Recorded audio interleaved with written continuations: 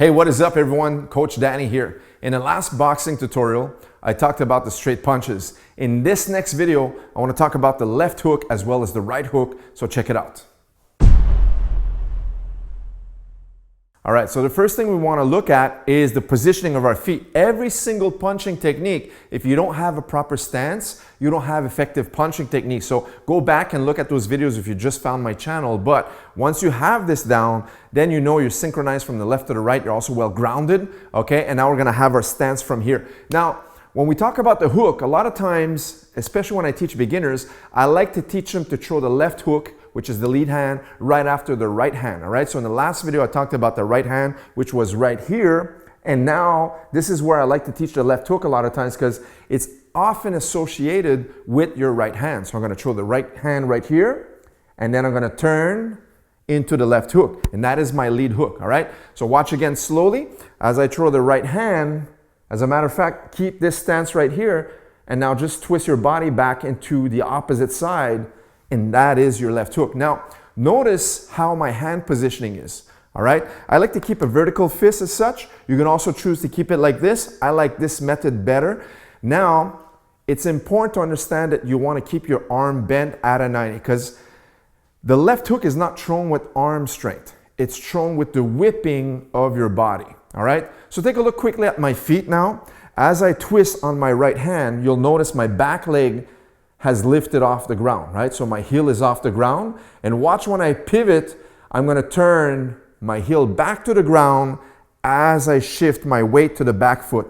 My back leg is gonna catch the majority of my weight, but now my lead foot is turned into my hook, all right? So if we look upstairs again, as I'm into my stance, let's say, for example, I just started from here. A lot of times I like to teach beginners to just feint the right hand, just turn here. So that positions the shoulder into place just here. And now I'll have them just whip the hook from there.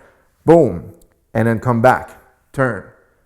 Boom, and then come back. And notice the right hand will always keep that position guarding the chin on this side. Now, you want to have a vertical fist, but also you want to lift the elbow up. You don't want to have the elbow down or too high, as a matter of fact. You want to keep it in a straight line right here. That will bring your chin connected to your shoulders so you stay protected, and also almost like you're flexing a muscle.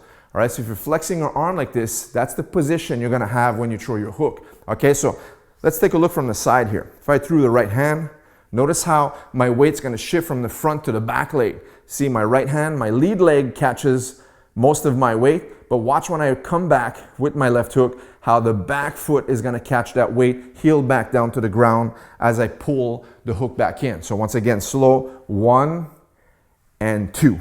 Now everything has to work in conjunction with each other, right? So I have to transfer from one leg to the other.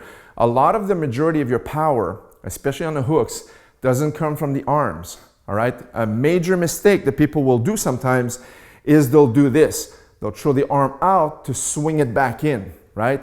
Number one, there's two mistakes with this. The first one is you don't generate real incredible power with this, right? It's just arm strength. You don't have the full mass of your body turning into your punch. And the second thing, when you're gonna be sparring or fighting against a seasoned boxer, what's gonna happen here now is we're gonna capitalize on that wide opening right here. Look, the right hand is in line with your face, right? So every time I see someone doing this, boom, the right hand shoots right in to intercept the hook before it even starts. So that's very important when you practice to always position yourself where you're in great position, boom, to twist your body and you're in balance, all right? So don't lean too far forward over your knee. Keep your center point of balance right here, twist, and then twist again back into position. See how the heels lift? My heels are making the majority of the work because I'm twisting on my feet and then catching again and returning back. So heel up, heel down, right? That's my stance. So a lot of times when you're gonna be working these techniques now, you wanna shadow box this, you wanna look at yourself in the mirror, and I personally don't even like to look at the mirror. I like to just feel the movement, all right? But for beginners, I understand sometimes it's good to see yourself. You have a mirror and look at how you're positioning and break everything down. Go slow. See, twist slowly, and then take a look at yourself in the mirror. Is that heel up, right? Is that body twisted into the hook? And then as I turn for that hook here, look, boom. Is that body twisting in? Yes, perfect. So now you add a little bit more speed to your technique, okay? Now, we're also gonna look at the right hook. okay? So the right hook, of course, there's a lot of boxing coaches, old school boxing coaches especially, that don't believe in the right hook. Why is that? Because the right hook, as I said, every time you loop, you open yourself up to straight punches, right? The fastest way from point A to point B is always going to be a straight line.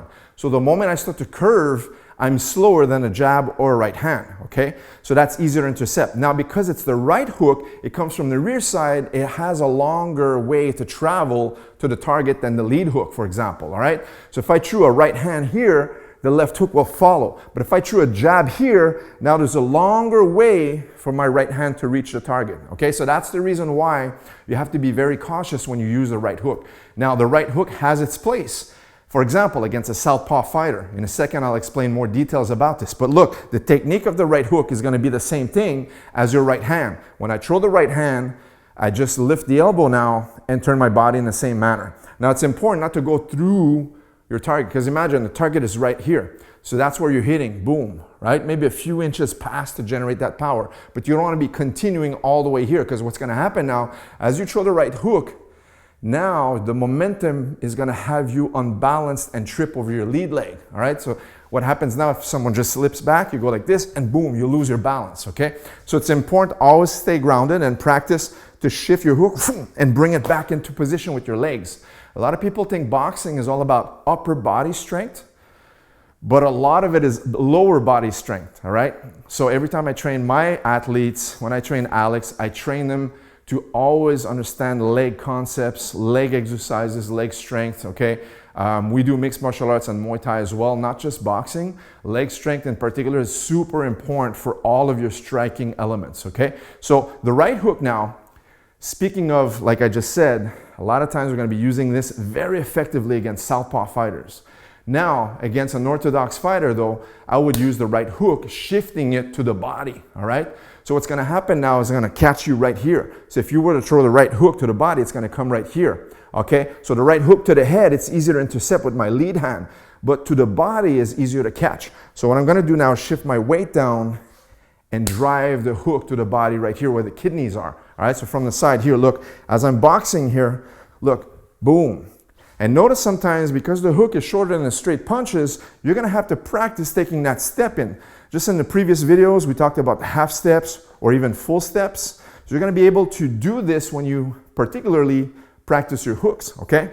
So the right hook to the body, step it in, boom, drive it to the side. Step it in, drive it to the side. Notice again, torquing your shoulders and your body into the punch, all right? Sometimes we're gonna double up. We might go one to the body, drive back upstairs to the head. Same thing with your lead hook. We might come down here, drive one to the body, rebound upstairs to the head. Okay, so we rebound twice. Look, once is here to the body and then boom to the head. A lot of times what happens when you hit to the body, they're gonna either get hit, bring the hand down afterwards, and then the head is open. Other times they'll block the first punch, but again, the head is open. All right, so this is a good effective technique. We'll talk about this later. But the hooks, you have to practice with good technique. Now I'm gonna bring in Alex. I'm gonna show you the application of those two punches. All right, so first we're gonna be looking at that left hook we just talked about. All right, so a lot of times, sometimes maybe I slipped his jab here inside, maybe I covered against the jab, or maybe I just feinted or threw across and that turned my shoulder into it. However, I ended up here, okay, on an angle. And this is what loads up my left hook right here. Look, boom, right across, okay? So again, when you practice now, always turn your shoulder into it, step it in, and turn into the punch, okay? So sometimes maybe you slip the jab inside, boom, and then from here, boom, connect right to the chin, okay? Now don't drop your opposite hand. Always keep this one on guard. A lot of times there's a tendency as I throw one punch to drop the opposite one. And if I'm a little bit slower, 1 second off, he might throw his hook and catch me first, okay? So always keep your guard up, keep good techniques. Because when you practice, if you practice at 60% of perfection of your techniques, when you're gonna be fighting, there's adrenaline and you're gonna become tired. Now you're gonna drop to about 30% of your technique. That's awful.